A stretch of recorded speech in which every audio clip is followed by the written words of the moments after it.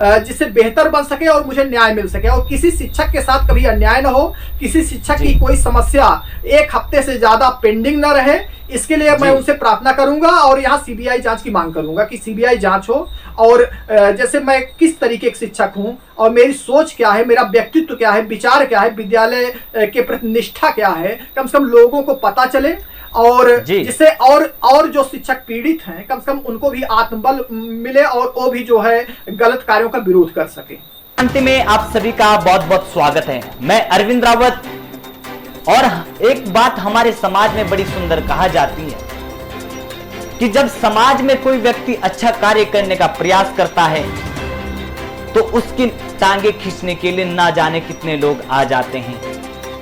ऐसे ही बातचीत करने वाले हम एक ऐसे अध्यापक की जो मोरी जीआईसी स्कूल जो है उसमें तैनात हैं। इन्होंने यहाँ की जो शिक्षा है, यहाँ की जो शिक्षा प्रणाली है, इसे एक आदर्श के रूप में बनाने का एक प्रयास किया। इन्होंने अपने शिक्षकों को, अपने बच्चों को एक अच्छे शिक्षकों के रूप में, एक अच्छे विद्यार्थी के रूप में तराशने का प्रयास करा, लेकिन इसका फल इन्हें यह प्राप्त हुआ कि आज शिक्षा विभाग की लापरवाही माने या कुछ और माने, आज उसकी बदौलत इन्हें अपने पद से इस्तीफा देना पड़ा। इसी को देखते हुए आज हमारे साथ लाइव जुड़ने वाले हैं, लाइव जुड़ रहे हैं प्रवीण तिवारी जी, जिन्होंने शिक्षा के क्षेत्र में एक बेहतरीन कार्य करने के लिए सोचा, लेकिन आज परिस्थिति ऐसी आई कि इन्होंने शिक्षा विभाग की लापरवाही के कारण, हम लापरवाही मानेंगे क्योंकि जब एक शिक्षक एक अच्छी शिक्षा के रूप में एक अच्छी शिक्षा विद्यार्थियों को देना चाहता है लेकिन शिक्षा विभाग नहीं चाहता, आज परिस्थिति ऐसी आई है कि इन्हें अपने पद से इस्तीफा देना पड़ रहा है।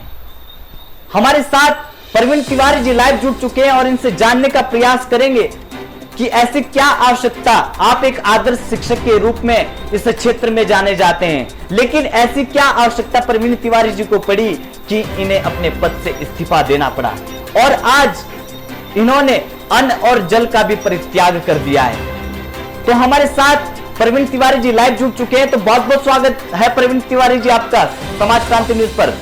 समाज क्रांति न्यूज को हार्दिक प्रणाम करता हूं।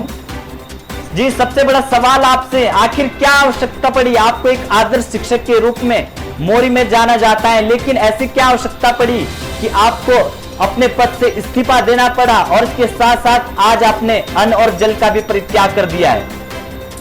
जी, 2016 से मुझे चयनमान वेतन अभी तक नहीं प्राप्त हुआ, 2021 चल रहा है जी, और अक्टूबर नवंबर 2019 का 2 माह का वेतन भी मेरा रुका है और तमाम तरीके से मुझे जो है मानसिक प्रताड़ना दिया जा रहा है जिससे मैं अच्छा कार्य ना कर सकूं और बच्चों के हितार्थ जैसे आवाज उठाता हूं तो कोई सुनने वाला नहीं है, कोई सुझाव अच्छा देता हूं जिससे विद्यार्थियों में आत्मचेतना जागृत हो, लेकिन कोई सुनने वाला नहीं है। कोई अधिकारी आते हैं सिर्फ रजिस्टर केवल चेक करके चले जाते हैं और कोई ना अच्छा सुझाव मानते हैं ना बातचीत करते हैं, केवल रजिस्टर चेक करके चले जाते हैं और अपनी पीड़ा भी कोई बताओ जिससे मैं बेहतर कार्य कर सकूं, तब भी कोई सुनने वाला नहीं है। तो यही सब परिस्थितियां बनी कि आज मैं अपने पद से इस्तीफा सौंप दिया हूं। जी, किस तरह के कार्य आपने अच्छे स्कूल के रूप में एक शिक्षक के रूप में किए और क्या वजह रही कि उन कार्यों को देख करके शिक्षा विभाग ने आपको पद से इस्तीफा देने के लिए मजबूर किया? मैं कई वर्षों से जो है छुट्टी के दौरान भी राष्ट्र निर्माण, व्यक्तित्व निर्माण, साहित्य का विरुद्ध जागृत है, तो एक अभिनव पहल के तहत छुट्टी के दौरान तमाम बच्चों को लेकर मैं नवाचार के लिए कार्य करता हूं और उसका प्रभाव ये पड़ा है कि तमाम बच्चे जो है वो आज कविता लिख रहे हैं, साहित्य लिख रहे हैं, आज वो समाज सेवा के विषय में सोच रहे हैं। तो यहाँ तमाम बच्चे मुझे बताते हैं कि सर आपके प्रयास से आज हम जैसे साहित्य के विषय में सोच रहे हैं और साहित्य सृजन कर रहे हैं, नहीं तो मैं सोच भी ना पाता। तो यहाँ मैं तमाम ऐसे कार्य करता रहता हूँ और तमाम तरीके के जो बच्चे हैं जिनको हमारे हेल्प की जरूरत होती है उनका यथायोग मैं मदद भी करता रहता हूँ। तो कुल मिलाकर ये सब जो है जो कार्य है तो कुछ अधिकारी हैं जिनको पसंद ही नहीं है कि ये सब मैं कार्य करूं जो है। और आपको मैं और एक बात बता दूं कि इन्हीं सब कार्यों से जो मैं प्रताड़ित हो रहा हूं, इन्हीं कार्यों से मैं प्रेरणा लेकर मैं समाज में मूल्यों के संरक्षण के लिए अंतरराष्ट्रीय मानवतावादी लेखक संगठन, जिसको अमालेस कहा जाता है, उसकी मैं स्थापना भी 2017 में किया। और प्रत्येक माह उसका ऑनलाइन जो है कवि गोष्ठी एवं वैचारिक कार्यक्रम भी होता है। प्रत्येक शुक्रवार को कार्यक्रम होता है ऑनलाइन। उसमें पूरे देश से, यहाँ तक अमेरिका, ब्रिटेन, विदेश से भी लोग उसमें प्रतिभाग करते हैं और उनको सम्मानित भी किया जाता है। और तमाम, जैसे अमालेस की बाल शाखा का भी मैं गठन किया हूँ, जिसकी राष्ट्रीय अध्यक्ष हमारी शिष्या अनुरूपा नेगी अनुश्री है। तो तमाम तरीके से मैं जैसे कार्य कर रहा हूँ नवाचार के लिए और शिक्षा विभाग की गरिमा को बरकरार रखने के लिए। लेकिन ये सब कार्यों से किसी अधिकारी को कोई मतलब नहीं है। वो केवल कहते हैं कि बस केवल आओ, हाजिरी दो और चले जाओ, चाहे विद्यालय अच्छा बने या ना बने। यही सब कारण है कि आज मुझे जो है एकदम मानसिक प्रताड़ना का शिकार होना पड़ रहा है, क्योंकि अच्छे कार्यों को प्रोत्साहन मिलता है, लेकिन यहाँ अच्छे कार्यों को मैं देख रहा हूँ शिक्षा विभाग में कोई प्रोत्साहन नहीं मिल सकता है। जी, आपने बड़ा आरोप अभी मैंने अखबार के माध्यम से पढ़ रहा था शिक्षा विभाग पर लगाया कि ये मानसिक रूप से ग्रसित है। आखिर किस तरह से ये मानसिक रूप से ग्रसित है? सर, मैं यहाँ प्रार्थना पत्र देता हूँ अपनी समस्याओं के लिए, तो कोई हमारे प्रधानाचार्य महोदय कहते हैं कि यहाँ कोई प्रार्थना पत्र मत दीजिए, क्योंकि अधिकारी मुझे रोके हैं। वो बताते हैं, खंड शिक्षा अधिकारी महोदय मुझे रोके हैं कि कोई यहाँ प्रार्थना पत्र मत दिया करो। और मेरे ऊपर आरोप लगाते हैं कि आपके खिलाफ जो है न्यायालय में मुकदमा चल रहा है, जबकि न्यायालय में कोई मुकदमा नहीं चल रहा है।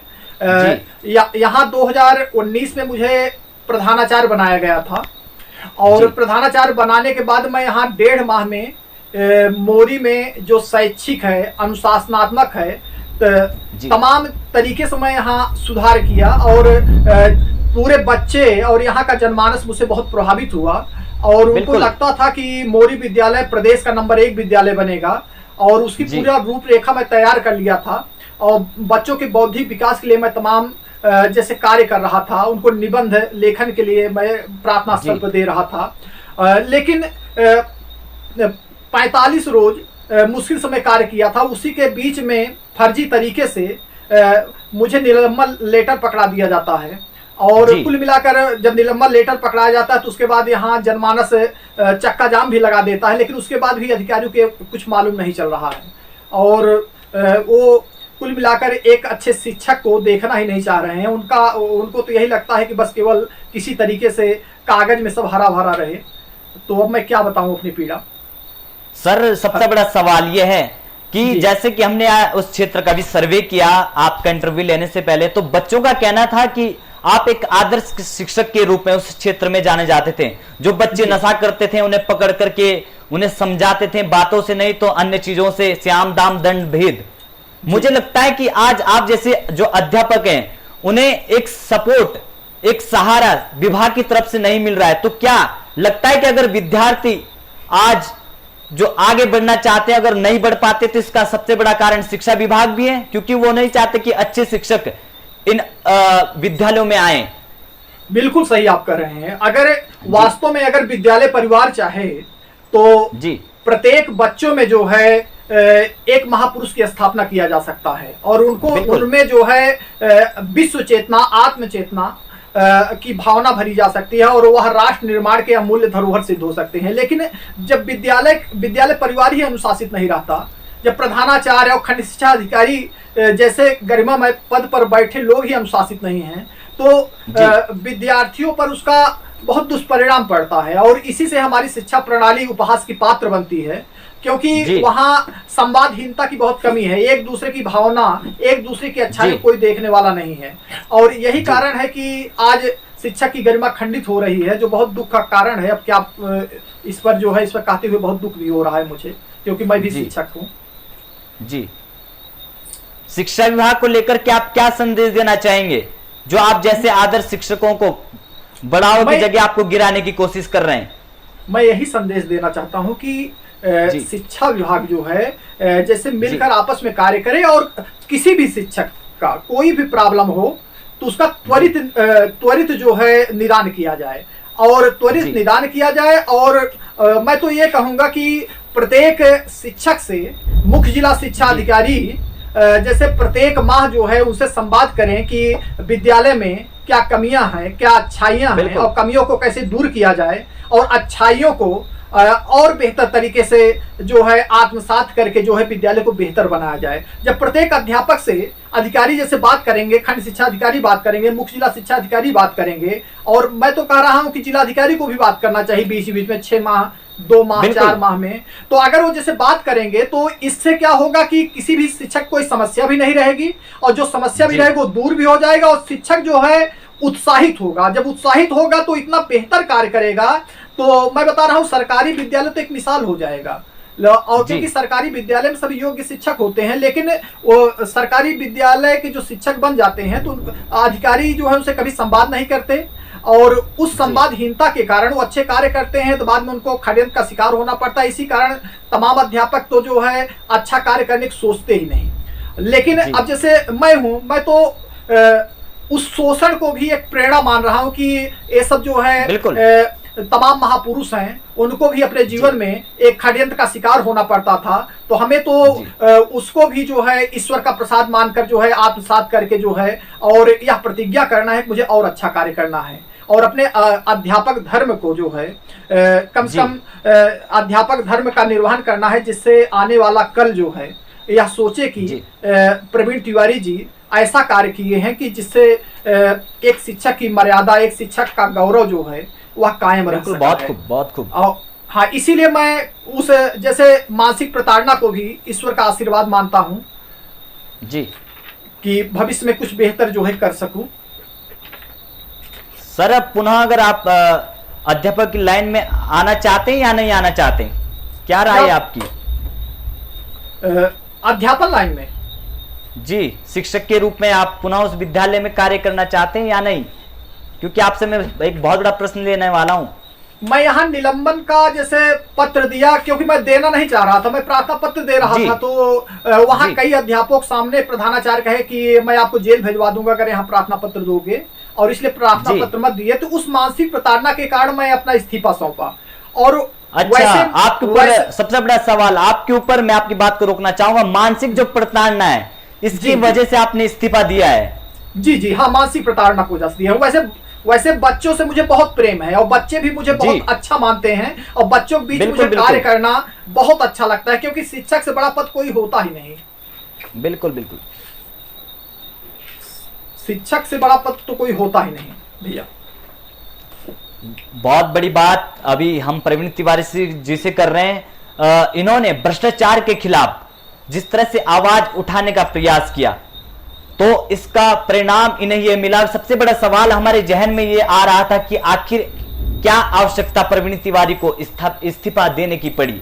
इन्होंने बड़ा जवाब हमें दिया है कि इनके ऊपर मानसिक जो एक प्रताड़ना है, मानसिक जो तनाव है, ये इनके ऊपर बनाया जा रहा था। सर, क्या लगता है आपको, ये दबाव अन्य अध्यापकों को भी और जगह भी, इस तमाम शिक्षा के क्षेत्र में जो हमारे पहाड़ के बच्चे हैं वो आगे नहीं बढ़ पा रहे हैं, क्या आपको ये कारण लगता है कि ये सबसे बड़ी लापरवाही शिक्षा विभाग की है? क्योंकि वो जब आप जैसे अध्यापकों के ऊपर इस तरह का दबाव बनाएंगे तो उच्च शिक्षा हमारे बच्चे कैसे ले पाएंगे? क्या लगता है सबसे बड़ी लापरवाही विभाग की है या नहीं? ऐसा है, जो शिक्षक हैं, प्रत्येक शिक्षक की हरकत जो है बच्चे आत्मसात करते हैं, वो देखते हैं। अगर शिक्षक जो है आदर्श और यथार्थ में समन्वय बनाकर जब कार्य करता है तो प्रत्येक बच्चों के लिए वो रामबाण होता है, इससे बड़ी उनको कोई प्रेरणा नहीं मिल सकती। लेकिन जब वहां का वातावरण जैसे दूषित होता है और उनके कथनी और करनी में जब भेद होता है तो उसका दुष्प्रभाव पूरे बच्चों पर पड़ता है। आज तमाम जैसे जो बच्चे हैं जब वो विद्यालय में पढ़ते हैं तो देखते हैं कि वहाँ अनुशासन नहीं है। अभी हम मौलिक हालत आपको बता दें, कुछ कमियों की बता रहे हैं तो हमने सर्वे में सुन लिया है सब। हाँ, फिर भी आप बताइए। बिल्कुल, यहाँ जो शौचालय है, अभी यहाँ कई शौचालय है, लेकिन किसमें लड़की जाएंगे, किसमें लड़के जाएंगे, किसमें अध्यापक जाएंगे, तो ये भी निश्चित नहीं बनाया गया है। तो कभी कभी वहां लड़कियां गई रहती हैं तो अध्यापक पहुंच जाते हैं, कभी बच्चे पहुंच जाते हैं, तो वहां कभी कभी शर्मिंदा होना पड़ता है। और कुल मिलाकर मैं आपको एक कमी की तरफ और बता रहा हूं। मैं पुस्तकालय प्रभारी अपने विद्यालय में 5-6 सालों से हूं, और एक बार मुझे हमारे प्रधानाचार्य जी कहे कि तिवारी जी आप जो है एक लिस्ट बनाइए बच्चों के लिए, जो बच्चों के हितार्थ पुस्तक हो। तो मैं एक लिस्ट बनाया जिसमें एनबीटी प्रकाशन, राजकमल प्रकाशन की पुस्तकें जो 30 रुपए 35 रुपए में पुस्तकें आती और बच्चों को दिया जाता, जिससे बच्चे बहुत कुछ सीख लेते। तो मैं लिस्ट दिया तो कहें कि तिवारी जी यहाँ जो है पुस्तकें नहीं मिल पा रही हैं। तो मैं कहा कि मैं ऑर्डर दे दूंगा, दिल्ली से पुस्तकें आ जाएंगी। तो बहन पैसा तो जैसे वहां के लिए नहीं मिलेगा, हम कहें मुझे 5 साल बाद पैसे देना, लेकिन अच्छी पुस्तकें मैं विद्यार्थी हित में मंगाऊंगा। तो कुल मिलाकर कहें कि तिवारी जी आपको कुर्सी चाहिए, टेबल चाहिए, हम कहें मुझे कुर्सी टेबल कुछ नहीं चाहिए, मुझे पुस्तक बच्चों के हितार्थ मिले बस, और हमारा भी जो सहयोग आपको लेना हो तो ले लीजिए। लेकिन सिर्फ जो है कुछ बधी बधाई दुकानों से पुस्तक क्रय किया जाता है। और मैं बता रहा हूं मुझसे 5 सालों में कभी भी मेरे हस्ताक्षर से कोई किताब नहीं आया। क्यों नहीं आया? क्योंकि पुस्तकों पर 20% कमीशन मिलता है। जब कमीशन मिलता है तो वो पुस्तकें आती हैं जो बच्चों के काम की नहीं होती हैं। ये मैं इसलिए बता रहा हूं कि अब बताइए, जब पुस्तकालय प्रभारी बनकर मैं एक साहित्यकार हूं, हमारे इच्छा से बच्चों के काम की कोई पुस्तकें नहीं आती, तो बताइए शिक्षा व्यवस्था कहाँ जा रहा है, आप समझ सकते हैं। और एक कोई अधिकारी इस पर कभी संवाद भी नहीं करते तो किससे अपनी पीड़ा बताया जाए जी। तो ये बहुत दुखद है, क्योंकि जब एक अध्यापक से जैसे पूछा जाए कि भैया आप अपना सुझाव दीजिए जिससे विद्यालय अच्छा बन जाए, जिससे बच्चों पर सकारात्मक प्रभाव पड़े, तो वहां अपने इच्छा से कुछ वहां सुझाव दिया जाए। लेकिन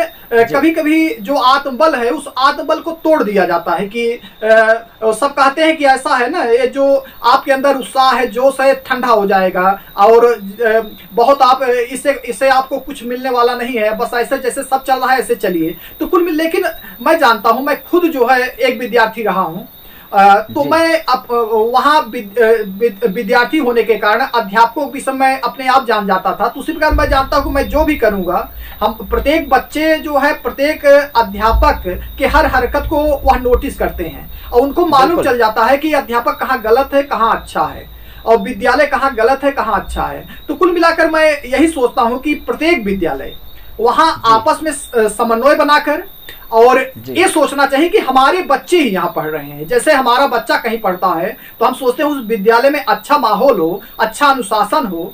तो उसी प्रकार हम अपने अगर अपना बच्चा मान ले कि हमारा बच्चा ही इस स्कूल में पढ़ रहा है, तो सभी अध्यापक और प्रधानाचार्य इतना अच्छा वहां समन्वय बनाकर कार्य कर सकते हैं कि विद्यालय में कोई समस्या ही उत्पन्न न हो। ये सब छोटी जो हमारी समस्या है, बहुत छोटी समस्या है, लेकिन उसको बहुत बड़ा बना दिया गया है। और इसलिए बड़ा बना दिया गया है कि ताकि ये जो है डिप्रेशन में ये जो है अपनी बात रखें, इनकी छवि गंदी कर दिया जाए।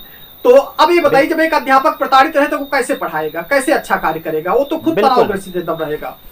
बिल्कुल बिल्कुल, बहुत बड़ी बात आपने कही है कि यहाँ पर जो किताबें हैं इन पे भी कमीशन लिया जाता है। एक विद्यालय तो नहीं, मैं आप जी यह बात मैं आपको बता रहा हूँ। मैं मेरी यहाँ आवाज जानता आ रही है? यहाँ हाँ आ रही है। यहाँ मैं इस विद्यालय में कार्य कर रहा हूँ और कुल मिलाकर एक दो यहाँ पुरोला में दुकान है और वही दुकानों से आता है और 20% कमीशन मिलता है। अगर मेरी बात गलत हो तो आप इसकी सीबीआई जांच करा सकते हैं। अगर गलत हो मुझे फांसी पर चढ़ा दिया जाए। मैं बता रहा हूं कि जब ये बताइए, जब 10,000 रुपए 15,000 रुपए किताबें आती है, उसमें 20% कमीशन ले लिया जाएगा तो अच्छी किताबें कहां से आएगी? और जब ये बताइए 20% कमीशन पर प्रधानाचार्य और शिक्षक जब बिक जाएंगे तो बच्चों को क्या दिशा दे पाएंगे? आप कल्पना करिए। तो यही बातें मैं वहां कहता हूं। तो अब आप जान लीजिए, मेरी ईमानदारी के कारण जो विद्यालय में जो वित्तीय समितियां हैं, हमें किसी में नहीं रखा गया है, जबकि यहाँ मैं प्रधानाचार्य के पास सबसे सीनियर हूँ। ईमानदारी के कारण सब सोचते हैं कि कहीं इनको वित्तीय समितियों में रख दिया जाएगा तो ये कहीं उसमें जो कमीशन लिया जाए कहीं भंडाफोड़ न करें, कहीं विरोध न करें, क्योंकि मैं अच्छे कार्यों के लिए मैं आवाज उठाता हूँ। तो हमें सबसे बहिष्कृत कर दिया गया। उन्हीं को रखा गया है जो पता लगा वो कमीशन का जो है वकालत करते हैं। उस कमीशन पता लगा कमीशन के कारण जो है जो बच्चों के हक के लिए है और उसे पता लगा उससे जो है अपने शौक पूरा करते हैं। जब अपने शौक पूरा करेंगे, जब 1,000-2,000 पर बिक जाएंगे, अभी रमसा है, रमसा में जो है पता लगा वो सामान आता है कि जो पता लगा सब जो है डुप्लीकेट होते हैं। अब एक उदाहरण मैं और याद आ गया, आपको बता दूं। जो हमारे विद्यालय में कई बार जो प्रार्थना माइक नहीं होता, कई बार माइक क्रय किया गया, और जो माइक क्रय किया गया जैसे उसकी कीमत 3-4 हजार होती थी, लेकिन 15,000 रुपए का जैसे बिल बनवा दिया जाता था। तो यहाँ स्कूल में आता था, पता लगा 10 रोज 15 रोज से ज्यादा माइक चल ही नहीं पाती थी। और आज आदर्श विद्यालय मोरी में एक भी माइक नहीं है। यहाँ जब मुझे प्रधानाचार्य बनाया गया था तो यहाँ माइक भी नहीं था। तो मैं जो है क्योंकि यहाँ मैं जनमानस को आमंत्रित किया था, तो अपने जेब से मैं 5,000 रुपए देकर यहाँ माइक लगवाया था 15 अगस्त के कार्यक्रम में। जी। और तब यहाँ अच्छा कार्यक्रम संचालित हुआ था। और यहाँ जितने माइक आए हैं उस कई माइक आ चुके हैं, लेकिन वो 10 रोज से ज्यादा नहीं चल पाते। क्यों नहीं चल पाते? क्योंकि बिल 15,000 रुपए का होगा, लेकिन वो ओरिजिनल में वो माइक जो है 3,000-4,000 रुपए का होगा। तो दुकानदार सोचता है जब ये खुद फर्जी बिल बनवा रहे हैं तो फर्जी सामान दे देता है, और जब फर्जी सामान दे देता है तो वो सामान एकदम रद्दी के एकदम टोकरी हो जाती है। तो यह बात जो मैं कह रहा हूं, मैं पीड़ा से ग्रसित होकर कह रहा हूं, क्योंकि मैं जान रहा हूं कि अगर हमारे जैसे लोग आवाज नहीं उठाएंगे तो यह परिदृश्य बदल नहीं पाएगा।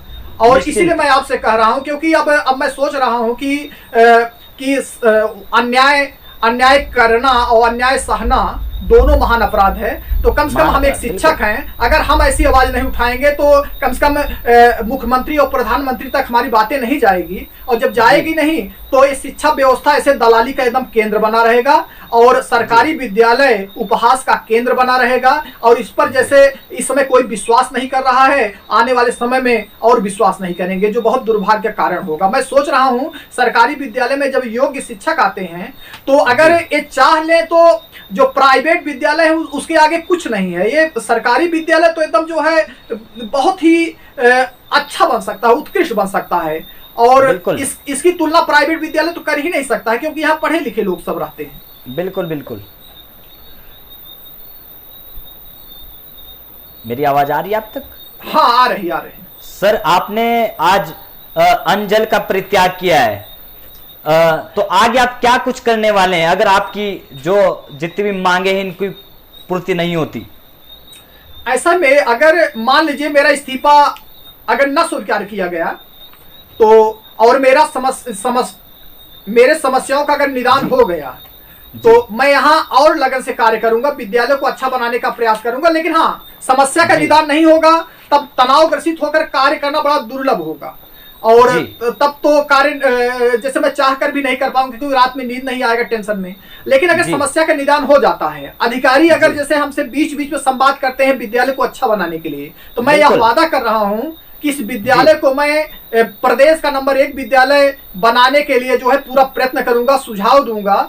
और अगर किंचित इस्तीफा मेरा स्वीकार कर लिया जाता है तो मैं भारत के प्रधानमंत्री माननीय मोदी जी से मिलने की प्रार्थना करूंगा और उनसे पूरी समस्या को रखूंगा, और शिक्षा व्यवस्था जिससे बेहतर बन सके और मुझे न्याय मिल सके, और किसी शिक्षक के साथ कभी अन्याय न हो, किसी शिक्षक की कोई समस्या 1 हफ्ते से ज्यादा पेंडिंग न रहे। इसके लिए मैं उनसे प्रार्थना करूंगा और यहाँ सीबीआई जांच की मांग करूंगा कि सीबीआई जांच हो, और जैसे मैं किस तरीके के शिक्षक हूं और मेरी सोच क्या है, मेरा व्यक्तित्व क्या है, विचार क्या है, विद्यालय के प्रति निष्ठा क्या है, कम से कम लोगों को पता चले, और जिससे और जो शिक्षक पीड़ित हैं कम से कम उनको भी आत्मबल मिले और वो भी जो है गलत कार्यों का विरोध कर सके। सर, शिक्षा विभाग को लेकर के अंतिम प्रश्न आपसे हैं। शिक्षा विभाग को लेकर के शिक्षा नीति कैसी सुधर सकती है, इसको लेकर के आप क्या संदेश शिक्षा विभाग को देना चाहेंगे? क्योंकि इस समय आपको समाज क्रांति न्यूज के माध्यम से शिक्षा विभाग में बैठे हुए लोग भी देख रहे होंगे, तो क्या संदेश आपका अंतिम है शिक्षा विभाग को लेकर के? शिक्षा विभाग कुल मिलाकर यहाँ जो है सब कागजों चल रहा है, एक कागजों से हटकर धरातल पर जो है कार्य करना प्रारंभ कर दें। और कार्य करना प्रारंभ, हम तो कह रहे हैं कि प्रत्येक कक्षा में सीसीटीवी कैमरा लगना चाहिए, और प्रत्येक जैसे अध्यापक पढ़ाता प्रत्येक कक्षा में सीसीटीवी, प्रधानाचार्य कक्ष में और जहां बाबू बैठता है वहां सीसीटीवी कैमरा होना चाहिए।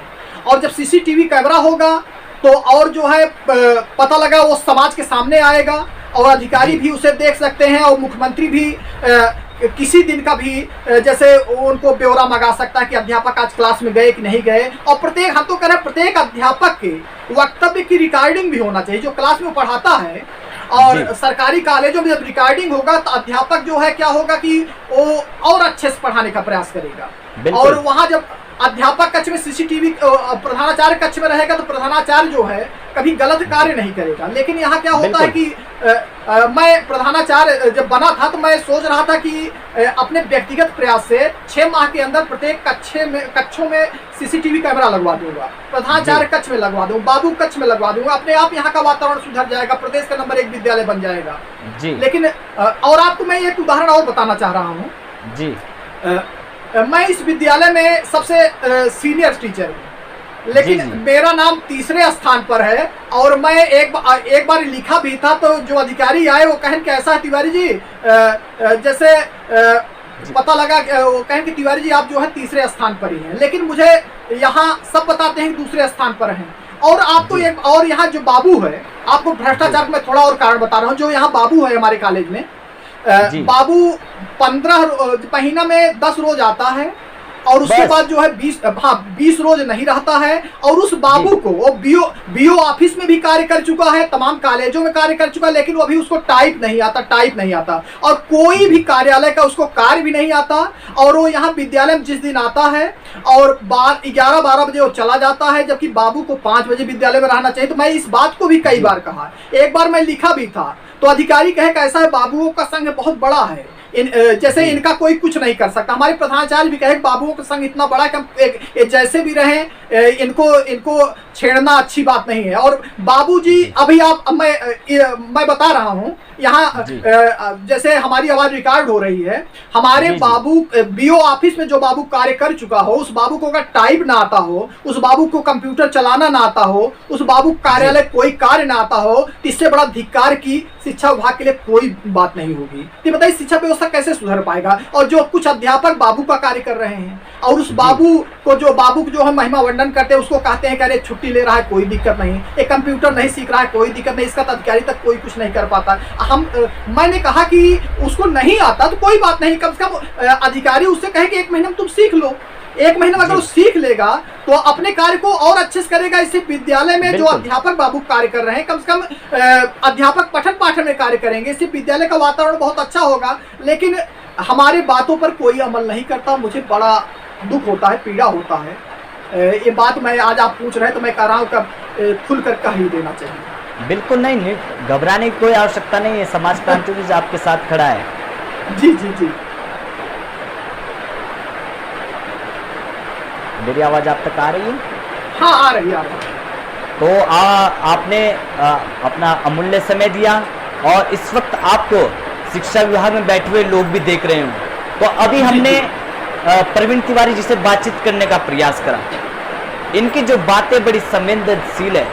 ये एक शिक्षक को एक अच्छे शिक्षक के रूप में तराशना चाहते थे, एक विद्यार्थी को अच्छे विद्यार्थी के रूप में तराशना चाहते थे, एक विद्यालय को एक उत्कृष्ट विद्यालय के रूप में तराशना चाहते थे। लेकिन शिक्षा विभाग के ऊपर इन्होंने सबसे बड़ा जो आरोप लगाया है, इनका कहना है कि शिक्षा विभाग नहीं चाहता कि किसी भी तरह का इस तरह की व्यवस्था हमारे शिक्षाओं में हो, हमारे विद्यालयों में हो।